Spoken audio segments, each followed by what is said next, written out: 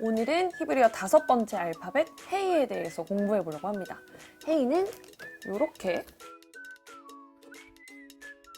헤이는 하나님의 숨, 호흡을 의미하는 알파벳입니다. 그래서 우리나라의 히읗과 같이 발음되는데요.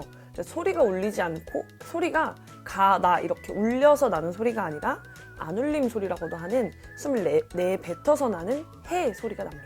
이는 하나님의 입으로 숨을 불어넣는 것을 의미하기 위함입니다. 여호와 하나님이 땅의 흙으로 사람을 지으시고 생기를 그 코에 불어넣으시니 사람이 생명이 되니라. 그때 이 하나님이 불어넣으신 생기는 히브리어로 니시마트 하임입니다. 하나님의 이 생기를 받자 사람이 생명이 되었다고 했는데 이때 이 생명이 히브리어로 네페시 하야입니다. 이 두 단어는 모두 살아있다는 뜻의 하야라는 단어가 포함된 단어입니다.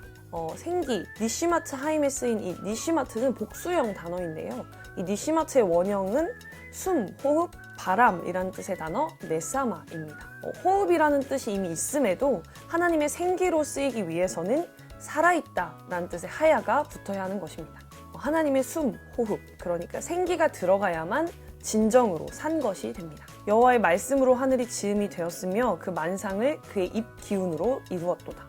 이때 그 입 기운을 영어 성경으로 보면 The breath of his mouth라고 표현이 되어 있는데요.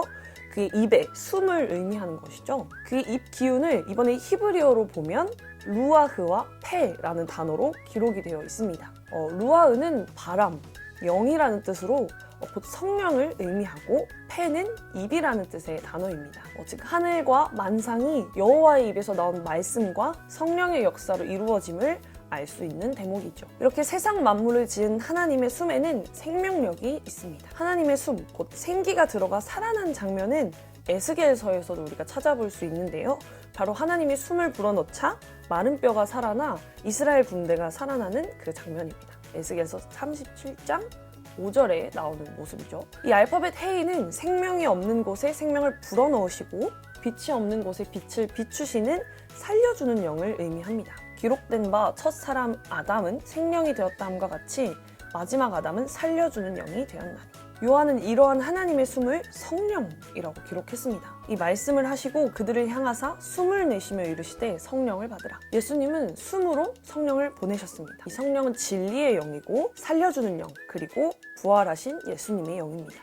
예수님의 말, 영, 생명은 곧 예수님의 말씀입니다. 예수님의 말씀이 우리 안에 있어야만 우리는 비로소 살아있게 됩니다. 진실로 진실로 너희에게 이르노니 죽은 자들이 하나님의 아들의 음성을 들을 때가 오나니 곧 이때라. 듣는 자는 살아나리라. 죽은 자들을 살리는 영, 생명은 바로 예수님의 말씀입니다. 이때 이 영은 단순히 문자가 아니라 예수님께서 성령의 조명을 통해 가르쳐주신 말씀의 본질입니다. 그것이 바로 영이고 생명입니다. 여호와를 히브리어로 유드헤이, 바브헤이라고 쓰는데요. 유대인들은 하나님의 이름이 너무 거룩해서 함부로 읽고 쓰지 못했습니다. 그래서 대신 주라는 뜻의 아도나이, 그리고 그 이름이라는 뜻의 하셴으로 하나님을 불렀습니다. 이 하셴, 그러니까 그 이름은 신약 성경에서 예수 그리스도를 의미합니다.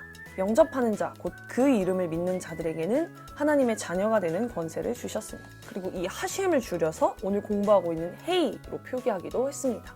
그러니까 유대인들에게 헤이는 하나님의 이름의 약자로 헤이가 그들에게 있어서 하나님을 떠올리게 하는 알파벳이었던 것이죠. 이렇게 하나님의 숨을 의미하는 헤이가 다른 글자와 붙으면 특별한 의미를 갖게 됩니다. 집을 의미하는 바이트에 정관사 헤이가 붙으면 하바이트, 곧 그 집이 됩니다. 그 집은 바로 하나님의 집, 성전을 의미하게 됩니다. 또 사람이라는 뜻의 단어 아담에 정관사 헤이가 붙으면 하아담, 그 사람이라는 의미로 예수 그리스도를 의미하게 됩니다. 아 재밌다. 끝!